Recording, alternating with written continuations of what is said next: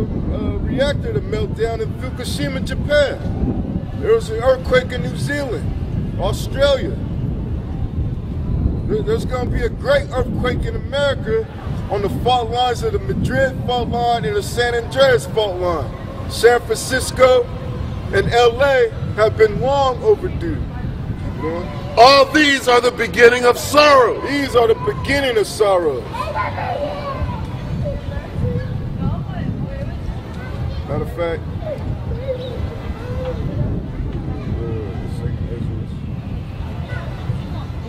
chapter 16, beginning of sorrow.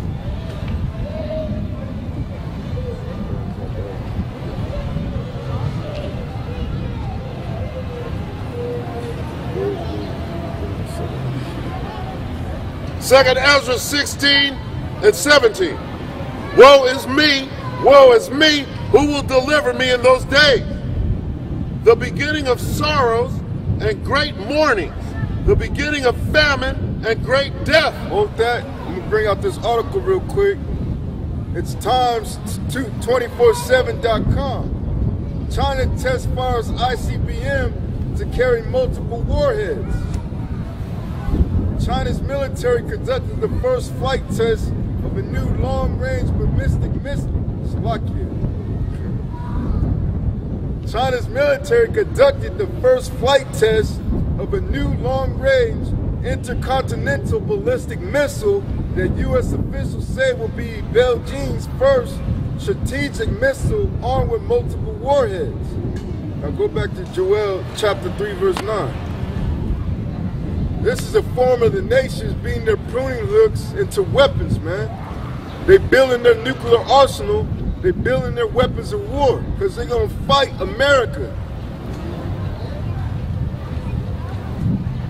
Joel 3 and 9. Proclaim ye this among the Gentiles. Prepare war. Wake up the mighty men. Let all the men of war draw near. Let them come up. Beat your plowshares into swords and your pruning hooks into spears. Let the weak say, I am strong. Give me that in Obadiah.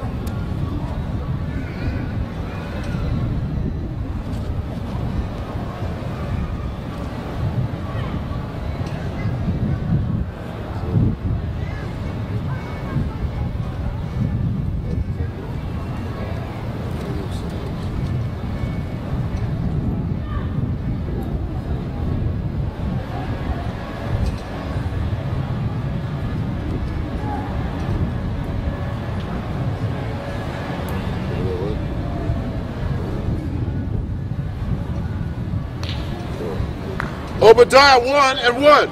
The vision of Obadiah, thus saith the Lord power, concerning Edom. We have heard a rumor from the Lord, and an ambassador is sent among the heathen. Arise ye, and let us rise up, battle against her in battle. Arise ye, and let us rise up against her in battle. Behold, I have made thee small among the heathen. Thou art greatly despised. The pride of thine heart hath deceived thee, thou that dwellest in the clefts of the rock, whose habitation is high. That's right. So all these nations, all these foreign countries are preparing war to fight against America during World War III. The ambassador of the heathen could be Ahmadinejad, because he always comes to America during the UN councils, and he curses out America to the point where the American diplomats have to run and flee out the UN assemblies. So all these nations are getting ready for war with America. Why? Because of Amos 9 and 8. Read that again. Amos 9 and 8. Behold, the eyes of the Lord power are upon the sinful kingdom, and I will destroy from off the face of the earth. That's right, the Most High is going to destroy America off the face of the earth. I'll go back to second Ezra.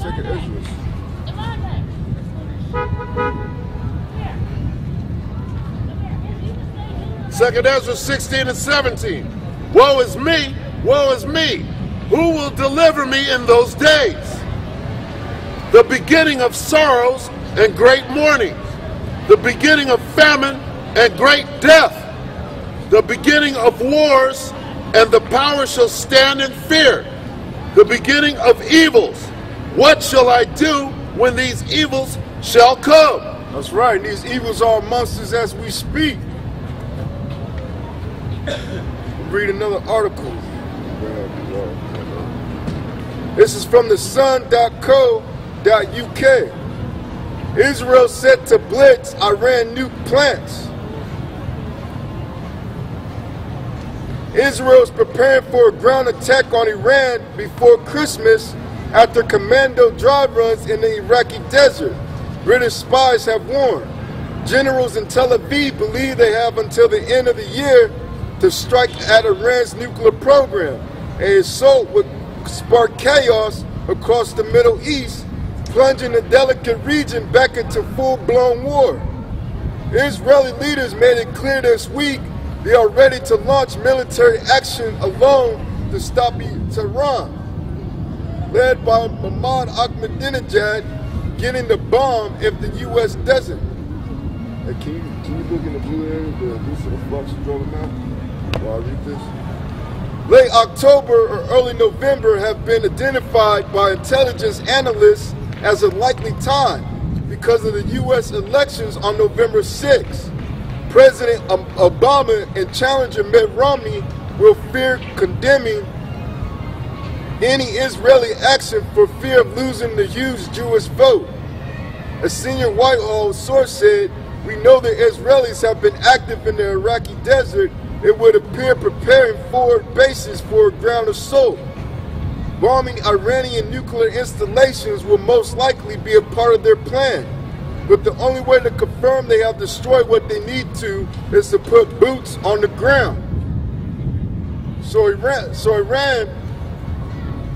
is about to be attacked by Israel, which is part of the scriptures. Got that here? Jeremiah 15:44. And that's all part of the scriptures, because those so-called Israelis, as we was getting into earlier, are part of the nation of Edom. They're the least of the flock of the nation of Edom. They're called the Amalek or Amalekites. Jeremiah 50:45. Therefore hear ye the counsel of the Lord that hath taken against Babylon. Babylon, another name for America. Keep going. And his purpose that he had purposed against the land of the Chaldeans. Surely the least of the flock shall draw them out. That's right. And as I was saying, that least of the flock is talking about the Amalekites, or the so-called Jews that's in the Revelation 2:9 and 3:9 that are going to go into Iran and start this Armageddon.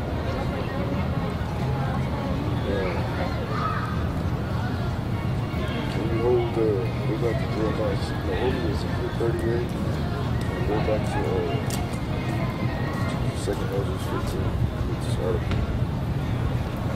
This is from straightrisk.com.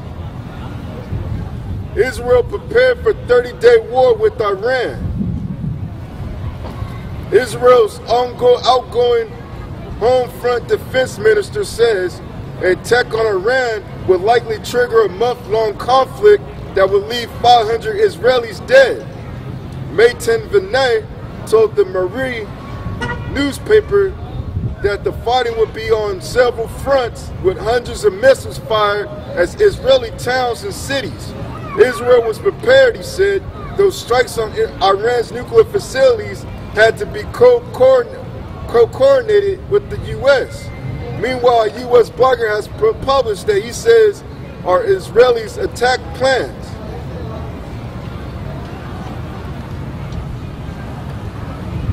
And also, it's just showing you after article that the so-called Israelis in the land of Israel, the so-called Jews, are prepared to go into Iran or the land of the Carmanians to start a war. Give me Ezra, the 2nd Ezra's first.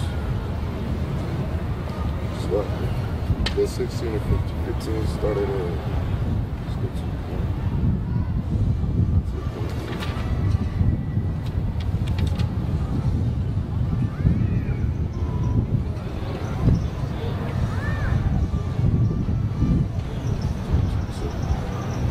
2 Ezra 15 and 27. For now are the plagues come upon the whole earth, and ye shall remain in them. For the Most High shall not deliver you, because ye have sinned against him. Behold, an horrible vision, and the appearance thereof from the east, where the nations of the dragons of Arabia shall come out with many chariots. That's right. All those Arabian countries are going to come out with many chariots during World War III. Keep going. And the multitude of them shall be carried as the wind upon the earth. That's right. They're gonna be riding in style, so to speak. They're gonna be ready for battle, as we read in Joel, the third chapter, around the 9th verse. Beat their plowshares and their weapons, swords. Keep going.